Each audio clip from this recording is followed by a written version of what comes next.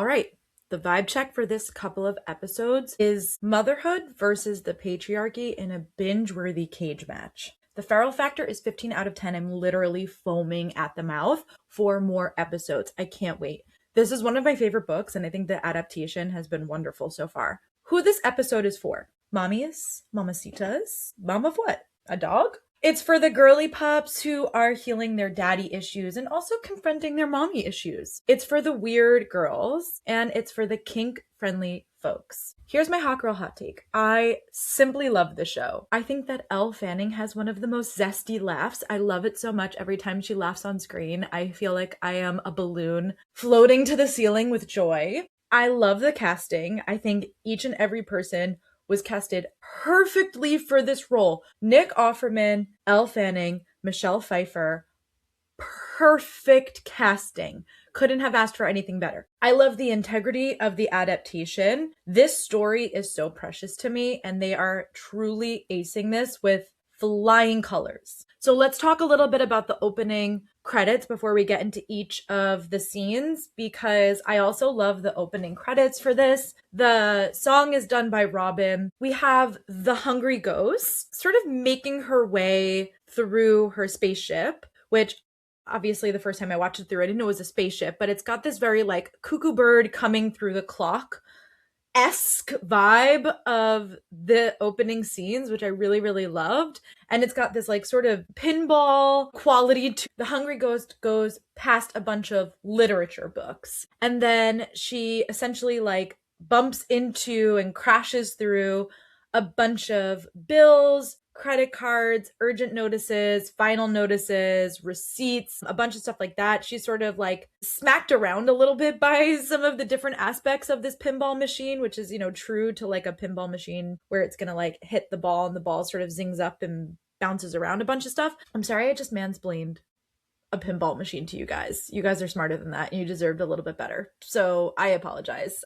I just completely mansplained what pinball is. Anyway, the hungry ghost then goes through a tunnel of sunglasses, which I thought was so cute, into this like bright light. And from there, she moves through this maze of baby bottles, ketchup bottles, salt shakers, donuts, milkshakes, all this sort of stuff, symbolizing her job at the restaurant and balancing it with the baby, and then pinballs her way through a room with like fashion spikes. I couldn't tell if they were designed to be hair heaters.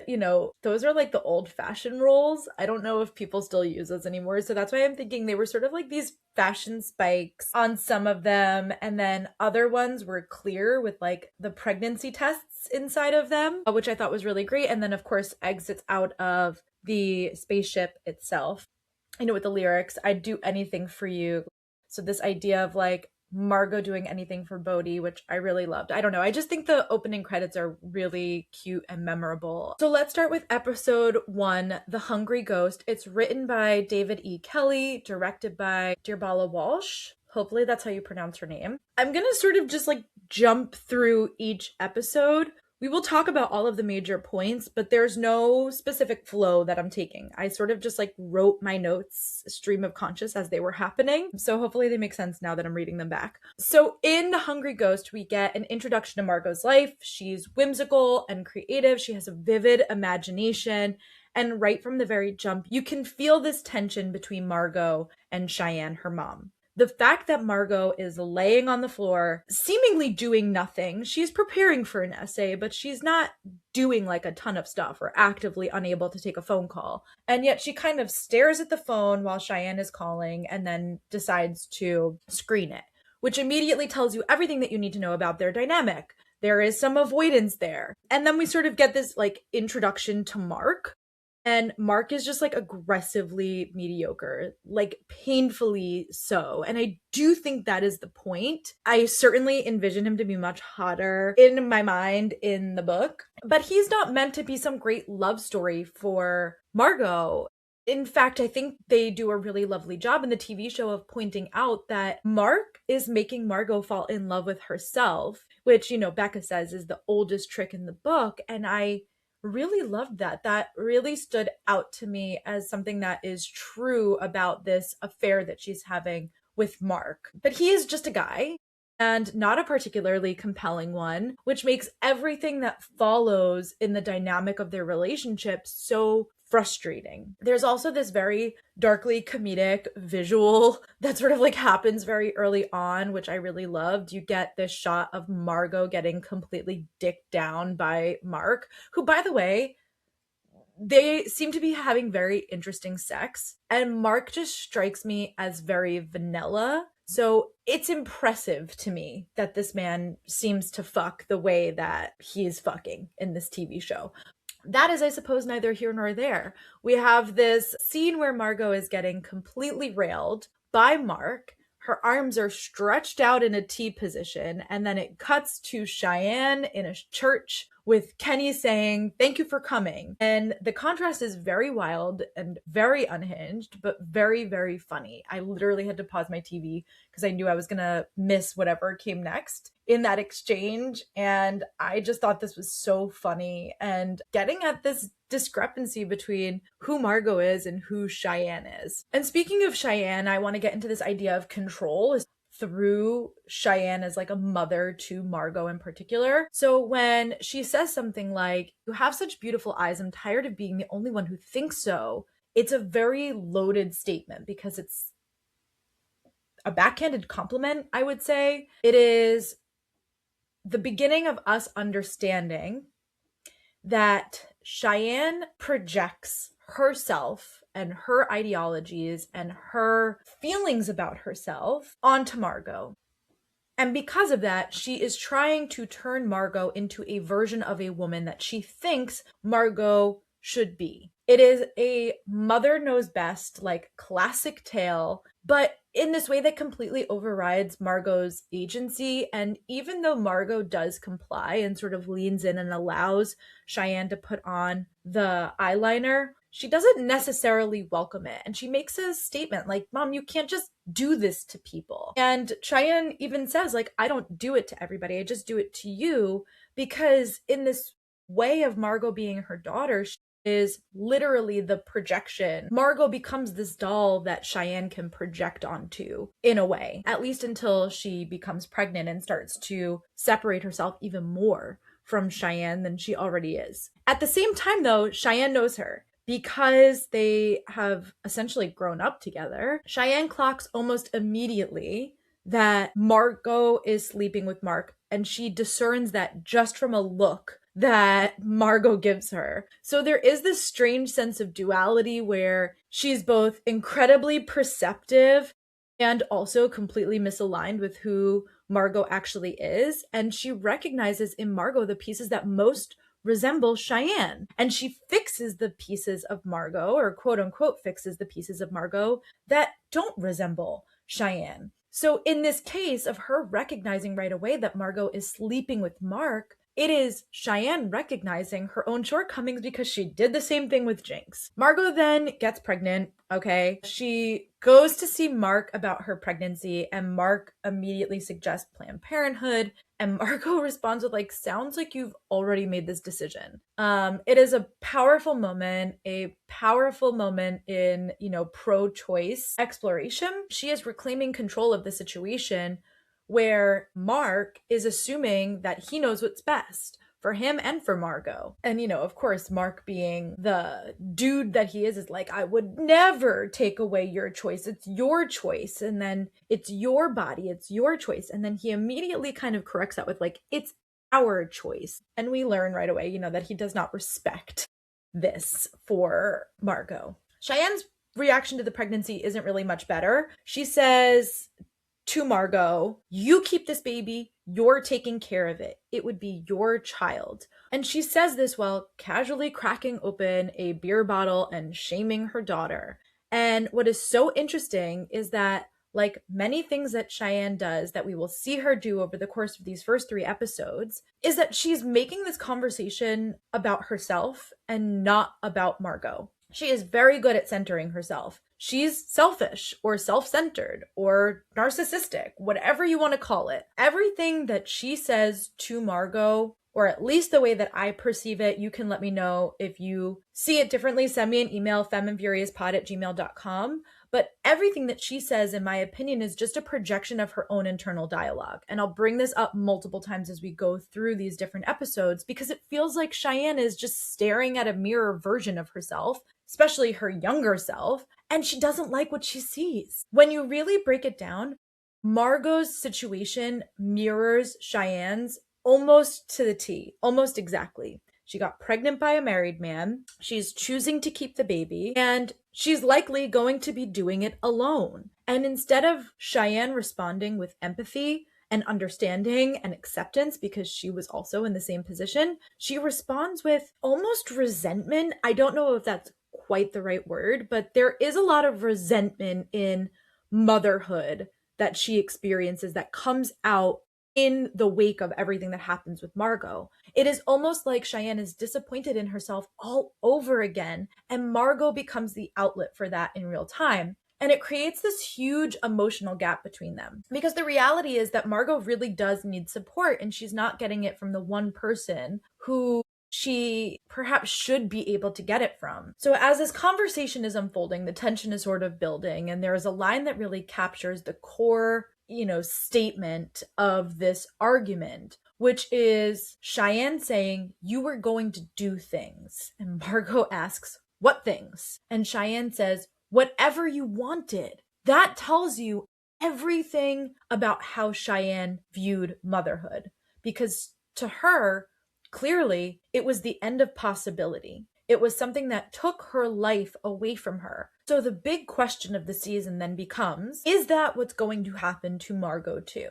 Look, I am sympathetic to a single mother story. When this book came onto my radar, I had never been more excited because my mom had me at 21, and my mom was a single mom and raised me. And I look back on my relationship with my mother, especially when we were younger, and I think we had much more of a Gilmore Girls experience of the mother-daughter relationship. This sort of bordering between mother-daughter and best friends. And I think both exist within the context of Lorelai and Rory, and I think both exist in the context of the relationship that I have with my mother. But Margo and Cheyenne are a prime example of how going into motherhood before you are truly ready can create so much resentment. Because I can't personally imagine a world where my mom would respond like Cheyenne. I can't imagine a world where my mom would not actively help me if I got pregnant before I was ready.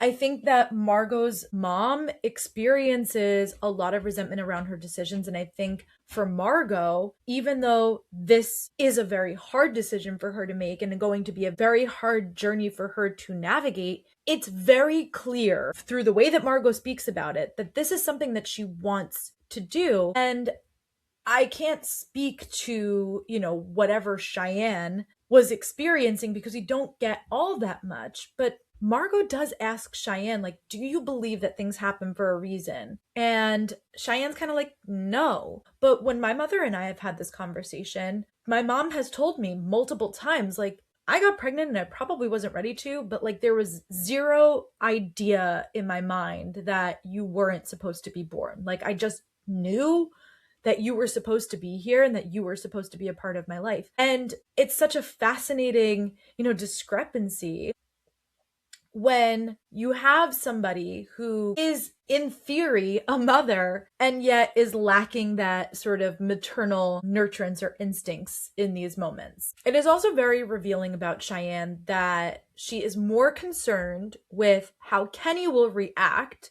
because Kenny is religious, than she is with how Margo feels. Cheyenne's identity is so wrapped up in her relationship that she doesn't really exist outside of it, which makes her earlier ideas about Margo being somebody feel, because she is reshaping herself in real time to fit what Kenny wants. And Margo is hyper aware of this. She freaks out, she melts down, and then she immediately comes to Margo and says, "You know me well enough when I get scared," which is also very telling, because it implies that Margo has been the emotional caretaker in this relationship between her and Cheyenne for a very long time. She is already doing mothering to her own mother. So we learn a little bit more about Cheyenne's past in this conversation, and that she got pregnant from a one night stand, and she kept the baby because she thought that Jinx was the one, So Margo kind of calls her out. She's like, you had a one night stand with a guy that you met in Hooters. You didn't even know his name. Like, what would implore you to keep me? And Cheyenne is like, I thought he was the one. So her decision isn't even really rooted in this like deep desire for motherhood. It is tied to a man and an idea of love, and perhaps this idea that a baby would bridge them together. She wouldn't be the first person to feel like a baby could solve relational problems. And I'm not saying that's necessarily why she did it, but her decision to have this baby, when she says, what would implore you to keep me? It wasn't like, I felt that I felt called to it. Was connected to you. Like, it had nothing to do with Margo or this relationship that she would develop with Margo. She kept this pregnancy because she thought that she had a future with Jinx, or that she thought Jinx was the one. So it has nothing to do with Margo at all. It has nothing to do with motherhood at all. Motherhood is just a consequence of this experience that she had connecting her to Jinx. Does that make sense? I don't know if I'm articulating that the best way, but I just thought that was like a really interesting thing to say. By the end of the conversation, Cheyenne says to Margo that Margo is out here to wreck her life. And then she kind of softens that blow a little bit by saying, you ruined my life so pretty. And then she asks if Margo is in love with Mark, because she's wondering if, like her, that is where this decision to keep this baby is coming from. And Margo is like, no, I don't want him, but for whatever reason, I want this baby. And that's the key difference between Cheyenne and Margo. Margo's choice feels very intentional. She is emotionally aligned, even spiritually aligned with it in a way. She is not doing this for a man. She is not doing it because of her feelings for a man. She is doing it for herself because she feels called to this path and to this soul that is within her at this point. I'm speaking a little bit more spiritually. It might sound a little religious. It's not. I'm speaking a little bit more spiritually about it than I think Margo does, but that is what is happening for her. She feels called to this experience of motherhood. So I also want to talk about Susie. Susie is the MVP roommate. I love her. We would all be better if we had Susie roommates in our lives. The way that she rallies the other girls in their apartment to support Margo is like just chef's kiss. We love a supportive side character who actually shows up, who is actually a support system for the main character. We sort of get like a montage of Margo's pregnancy to the song Walk of Life by Dire Straits happening in the background. And it sort of concludes with the baby shower, which is, I thought, such a good song choice for this entire montage, right? It adds a strange lightness to the heaviness that is happening as she continues to get more and more pregnant. But it highlights the idea of this concept of the walk of life and how it differs literally and metaphorically for Cheyenne and Margo. The look on Cheyenne's face is just pure disappointment when it gets to the baby shower. She cannot access joy in this moment at all. She's trying her best for Margo, who is so romanticized by the potential of what this baby will bring for her at this point. She has all the cute aggression as she's holding up the onesies and the toys, but there is just such a sadness in Cheyenne's eyes. And I thought Michelle Pfeiffer in the scene was phenomenal. Just, you can see that Cheyenne is thinking about how all of her potential ended at this moment. Then we have a moment where Margo confronts Mark in the parking lot at the mall. Mark completely hides behind his family because he is a fucking coward. He accuses Margo of stalking him. He questions whether or not the baby is even his. He reminds her that he told her not to keep it. And then, just to top it off, to put the cherry on top of the whipped cream, he checks out her mom. Now, does he know that it's her mom? No. But does that make it any better? No. Like, sir, this is why I am a certified man-hater, because you can see how a situation like this would 100% happen in real life. And I love that Margo uses the third person when she is framing this conversation. She says, She felt you treated her unfairly. Because Margo has already told us earlier in this episode that talking in the third person makes her feel more empathetic for the character of her. So for her to be in this position where she needs to confront Mark, by her speaking in the third person, she is self-soothing and trying to have more empathy for herself in a moment that is quite difficult for her. Eventually, she's still reeling from this fight with Mark. Margo then goes and calls out her mom for, number one, not respecting her wishes. She asked her to stay out of it. She didn't stay out of it. She then calls her mom out for not showing an inch of joy around this pregnancy. And Cheyenne doubles down. She's like, I don't celebrate this. I think this is a tragedy, and that Margo's life, as she would have known it, is over. But again, that feels like Cheyenne narrating her own story, not Margo's.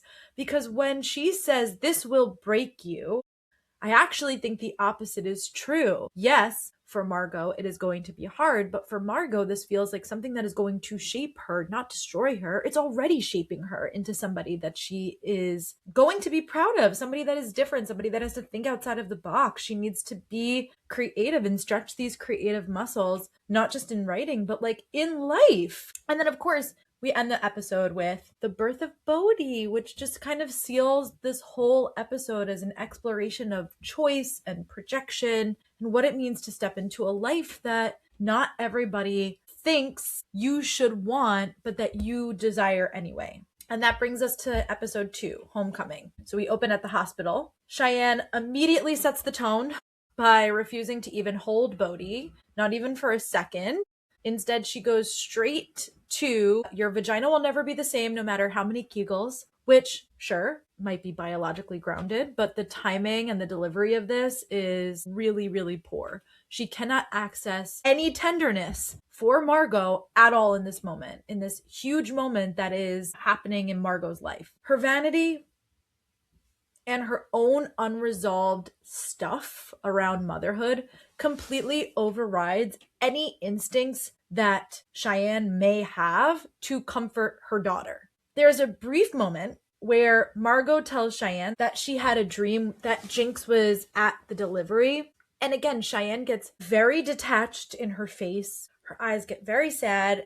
And she is like, well, he wasn't. And that makes me wonder who was there with Cheyenne when she delivered Margo. I do feel bad for Cheyenne. I know that being a single mom is not easy, but I wish she was able to separate her experience from whatever Margo's experience will be, because even if they look similar, they are just going to be wildly different. That's just how life goes. Of course, the Cheyenne situation gets a whole lot worse. She has Margo drive home from the hospital. This girl's got stitches in her vagina, but sure, just make her drive. She has Margo drive home from the hospital. She calls her grandson by the wrong name, and then she just leaves. She doesn't help her get Bodhi out of the car seat. She doesn't help them get inside. She just gets right into her car and peels out of the driveway. Her presence through this entire experience feels like an echo of support. It's not real support. It's just like a phantom support. It's a phantom limb of support. But then, of course, we have Bodhi. Beautiful baby Bodhi. I love this choice so much. I love that his name is Bodhi. It is rooted in Buddhist philosophy. It is Sanskrit for awakening or enlightenment. And I think this is so intentional. This baby is going to be a catalyst for something so much deeper inside of Margo. Bodhi is her path of enlightenment. What a beautiful message. And what a big discrepancy between how Cheyenne views motherhood and what Bodhi is going to provide for Margo. There's also a really telling moment where Margo asks Cheyenne if motherhood felt natural to her. And Cheyenne says yes, but her face is the exact opposite. There's like this hesitation, almost like a panic underneath the surface of her face. I think for Cheyenne, admitting that it wasn't natural would mean admitting that she failed or that she struggled or that she didn't live up to the version of motherhood she thinks she was supposed to be at. And you can feel her bitterness around this, especially when you consider that Jinx wasn't there for her. Not during her pregnancy, not during her birth, clearly, by the way that she says, like, well, he wasn't there. So now, watching Margo step into this role, she's being forced to confront all of her unresolved abandonment that she experienced in real time. And instead of processing it, she completely detaches from it again. Meanwhile, Susie continues to be the emotional MVP. She is researching baby care. She knows that Bodhi needs to be fed every 2 hours. She put up balloons to welcome them home. She's actively trying to create warmth and safety for Margo. And you can tell that it matters to Margo, that she feels safe with her, that she feels like she's got a comrade in Susie to some capacity or another. In contrast, the other roommates are not great. They are dismissive. They are rude to Susie, which just really made me fucking angry. They're clearly uncomfortable around the baby. They've never been around a baby before. They have like no baby etiquette. And they are especially weird about the breastfeeding. And I get it. Okay, you don't need to love babies, but the lack of basic empathy is glaring, and people being disgusted by breastfeeding in the year of Sabrina Carpenter's 2026 is just fucking weird to me. Grow up. I think the sexualization and demonization of breastfeeding is going to be the topic that I write about over on the Substack article this week when I release this episode, because this is something that just bothers me endlessly. I just don't understand what this weird demonization of breastfeeding is about. What I do appreciate, though, is that the show does not romanticize any part of new motherhood. It literally leans into the financial and logistical reality of having a child, the exhaustion, the stress, the constant demands, the lack of sleep. You know, it is not an aestheticized motherhood or a fetishized version of motherhood,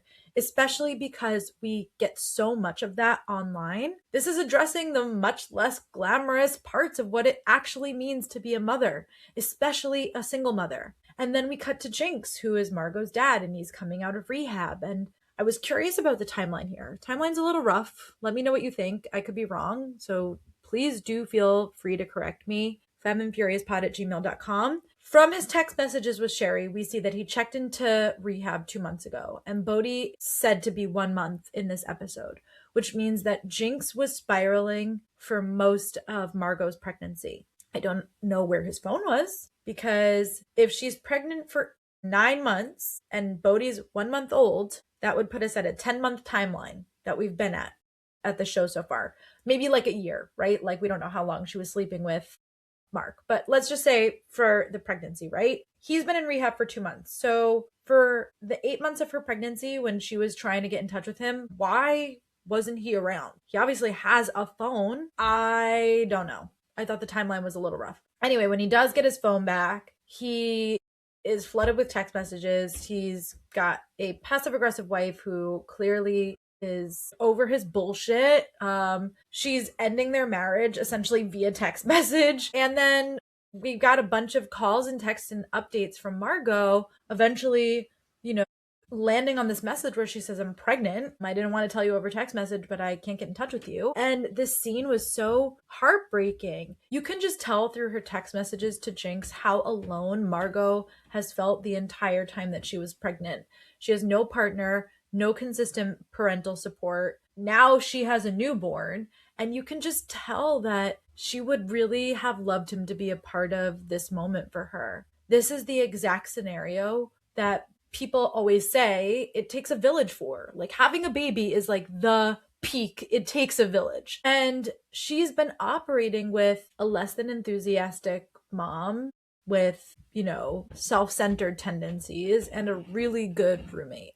And speaking of roommates, we have this brutal roommate between her and her other roommate, where Bodhi is crying all night and she snaps. She's like, I've got to take a biochem midterm tomorrow, saying to Margo, you will never understand what this lack of sleep cost me, like this night of sleep. It's such a narrow short-term perspective, but also she's 19. She doesn't have the life experience yet to contextualize that this biochem midterm is not actually important in the grand scheme of life. Now, I know that, and you know that, but this moment between Margo and her roommate is a small-scale example of the harsh realities that people have around babies and children. Her roommate is like, my midterm is my responsibility. Of course, she's not wrong in that. And she's like, this baby is your responsibility. And she's not wrong about that either. All of that is 100% true. But wouldn't it be nice if we lived in a society that was set up for us to support mothers and children? So when Margo is asked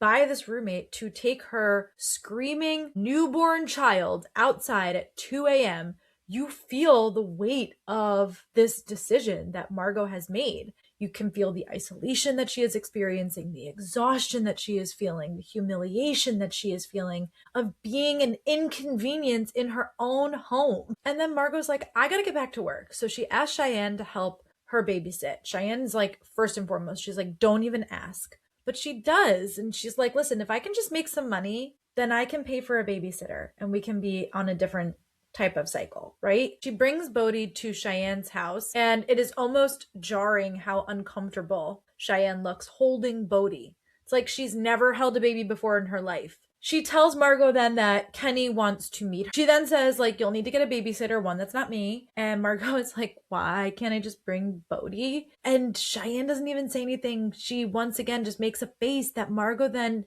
interprets as like, you haven't told Kenny that I have a baby. So Cheyenne and Kenny have been together for the past 9 months, where Cheyenne has actively either lied to him or omitted the truth about Margo and her pregnancy and now her baby. And that says everything, tells us everything that we need to know about Cheyenne. She is curating her life for Kenny. She is editing out anything that she thinks will make her less desirable to him. And Margo refuses to stand for this. She's like, I will have dinner with Kenny when you tell him that I have a fucking baby. How about that one? So frustrated, she leaves. She goes to her job. She seems to be in such a great mood to be working again. This is good for her. This is good for her personal morale. Until her boss is like, hey, you have a visitor, where Cheyenne is outside having a meltdown with Bodhi because he won't stop crying. She's completely spiraling. She is convinced that Bodhi won't stop crying.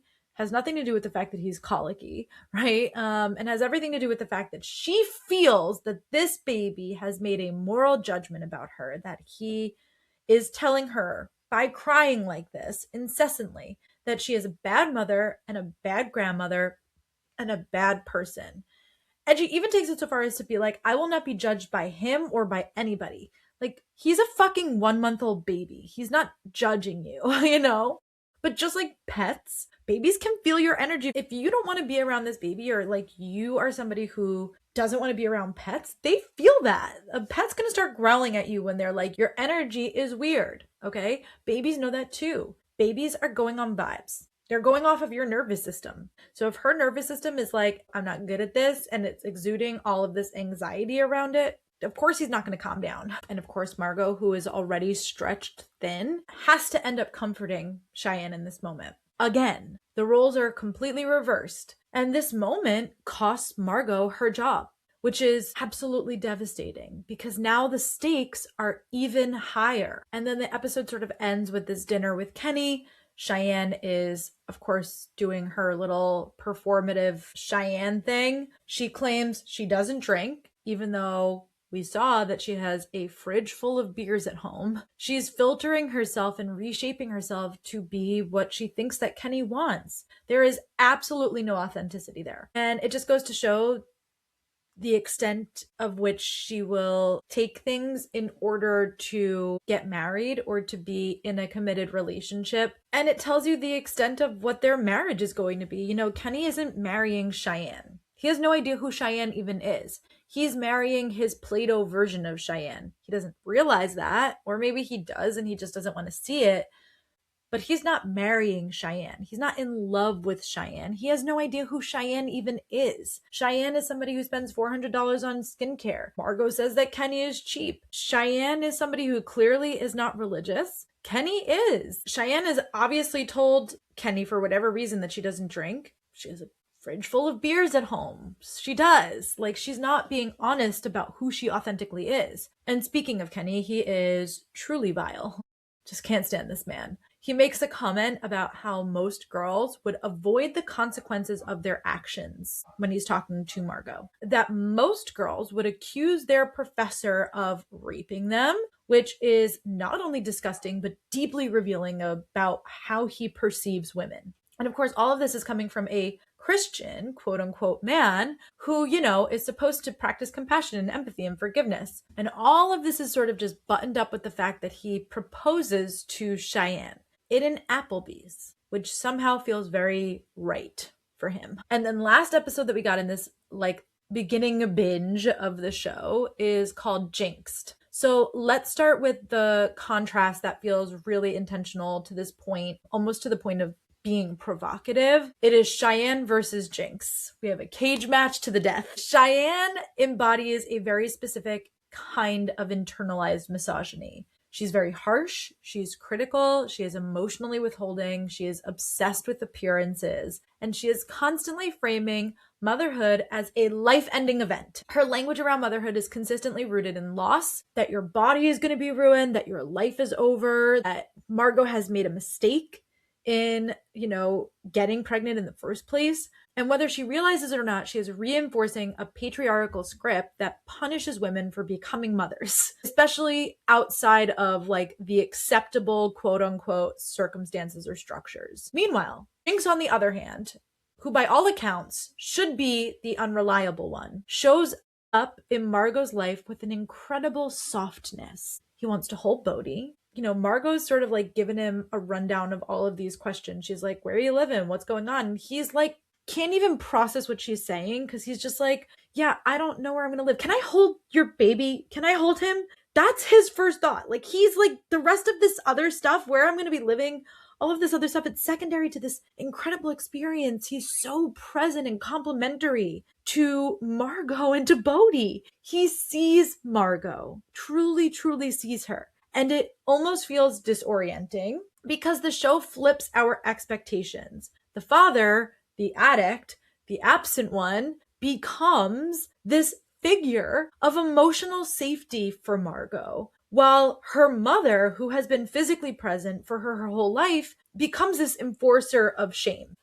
So then Margo, who is out of job, goes to a temp agency, and there's workplace discrimination. The show handles this with like an honest brutality. She goes to the temp agency with Bodhi. She's like, I'll have childcare sorted before I start a job. Again, instead of being met anywhere at any point with compassion or empathy, the woman's like, but you brought him here. There's a typo on your resume and you're up to doing manual labor, like digging a hole. Seems like you already did that. Taking these jabs at Margo for having a baby. This is systemic and structural. It is the reality that motherhood, especially young motherhood and single motherhood, is treated like a liability rather than a responsibility that society should support. I just think we've gotten to such a place in society that is so individualistic that says like, why should I care about other people's problems? Why should my taxes pay your health bills? Why should my taxes pay your childcare? And it's not always about taxes, but a good society is a supportive society in which everyone is supported. And yet the show consistently point out the systemic inability to support new mothers and children from the top down. It doesn't shy away from any aspect of showing how difficult this is and all of these different aspects that are going against mothers, particularly new mothers. So when you layer all of that in with the Mark situation, it becomes much more pointed because here is a man who gets to exist in total insulation from his mistakes. In the book, we get very early on that Margo says something, and I'm sorry, I'm paraphrasing because I had taken this book out through my library, so I don't own a copy of it. I only have like the quotes that I've highlighted and that's it. And I was looking to see if I highlighted this, but I didn't. Anyway, in the book, Margo has a thought, something around the ideology of like, it never occurred to me to question how he could afford his lifestyle as a literature professor. And that question that she has sets us up for this later scene where there's the NDA and the trust fund. Spoiler alert. Mark comes from money. He can be a literature professor and sort of fuck around with whatever it is that he wants to do in his life because he has money. So in the show, he's like, what do you think I'm that liquid? But in the book, he is. Now, there is also a big difference in the book. In the book, his parents offer not just the trust fund, but also $15,000. And in the book, at least retrospectively, she realizes she could have asked for more money because they had it to spare. Like, oh, if they were going to set up a $50,000 trust fund that's going to mature at $300,000 and they're offering me $15K, they've got at least $75,000 available to them, you know? So it is such an interesting moment because it highlights how women are conditioned to not take up space, not to ask for too much, even when they are owed something. You know, the fact that Margo gets to walk away from this meeting with a trust fund for her son is valuable, but it's just in stark contrast to Mark, who gets to disappear into privilege and continue to hide behind his family on all fronts. Like, literally in the episode where she is confronting him, he puts his kids in front of him. He's like, this is my wife. He pulls her in and he's like, these are my two kids. And he puts them in front of them like they are human shields. And in this episode, he uses his parents and their money to hide behind the situation as well. He gets to disappear while Margo literally has to build her life from scratch. Now let's circle back to Jinx, okay? The show tweaks his financial situation and also tweaks Margo's understanding of addiction. So in the show, she feels much more aware and grounded in what addiction looks like, but what doesn't change is her compassion for Jinx. In the books, however, she basically admits that she has no idea how to handle recovery and is eager to support Jinx in whatever way that she can. Either way, the grace that she offers him and the ability to help him start fresh is critical in his journey. It is her mirroring what she wants for herself in many ways. She wants somebody to show up for her and offer her a little grace as she navigates this major life transition that she's going through. And Jinx and Margo can provide this for each other in a way that is really emotionally honest and in a way that their relationship becomes the heartbeat of this episode, probably the entire series. Because despite his absence from her childhood, Jinx shows up and meets Margo in this moment with curiosity and with care. And when she tells him that she loves him, you know I love you, right? And he starts to cry. I'm gonna get like choked up thinking about it. I cried really, really hard both times I watched this episode. It is not just him being overcome with his own guilt or regret about this relationship that he's had with Margo over the years. It's about being seen in a moment where he probably feels the least deserving of it. And what she offers him is a place to rebuild his life while she is also rebuilding her life, and the ability to give him a chance to stay clean. Margo and Jinx and Susie and Bodhi are about to build a very intentional family together. Then we have Margo, who launches her Hungry Ghost OnlyFans, right? Maybe somebody will want to fuck mommy. Very, very funny stuff. Susie immediately supports this. Susie is immediately down. There's no judgment. There's no moral panic. It's just like okay, how are we going to make this work? There is a lot of feminist friendship in action between the two of them, which I really love. Susie is the cosplaying friend we all need. I continue to stan Susie, and I will for the entire series. Now, contrast that again with Cheyenne, who is still performing for Kenny and editing out all of the parts of herself that do not fit his expectation. And that tension explodes in a fight that they have at the dress fitting, right? First of all, before Margo even gets there, she's like, Dad, will you watch Bodhi? And then she's like, no, never mind.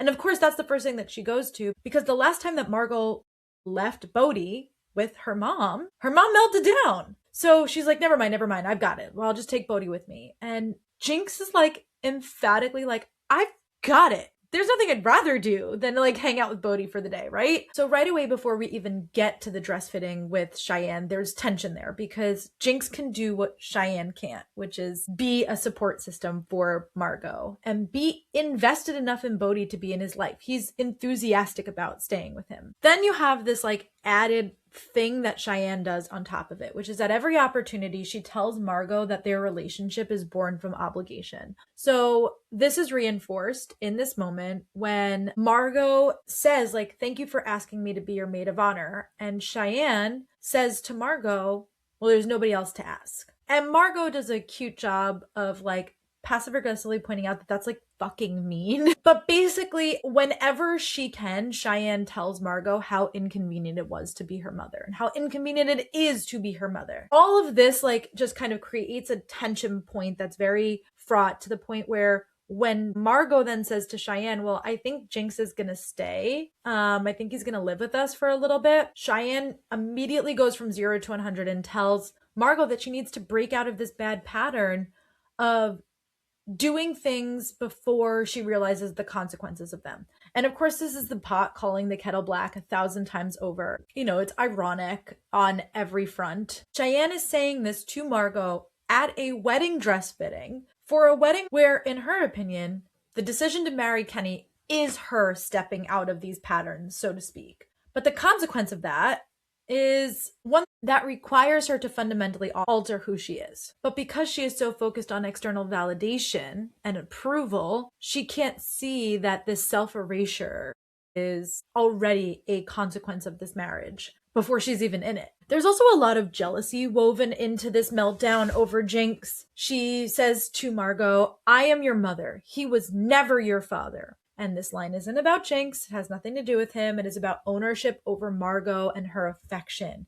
It is about her fear of feeling replaced. She's gotten a lot of attention and validation from Margo over the years. Somebody that needs that kind of validation, doesn't want to lose control over the narrative of who Margo belongs to, even though Margo is now a mother herself and possesses agency and control over her own life. She then says, do you know how hard it was being a single mother? Once again, putting down Margo. Like, no one told Cheyenne that she had to be a single mother. She just did it. So that's not Margo's fault. And Margo fires back like, yeah, as a single mom, I think I have an idea. And because Margo is living it now, this idea of, do you know how hard it was to be your mom? This tired line that Cheyenne clearly throws out to manipulate Margo can no longer sway Margo's emotional allegiance to her anymore. So when Margo says, it seems like you also want me to apologize for my conception, it cuts right to the core. Cheyenne's resentment is so ambient and ever present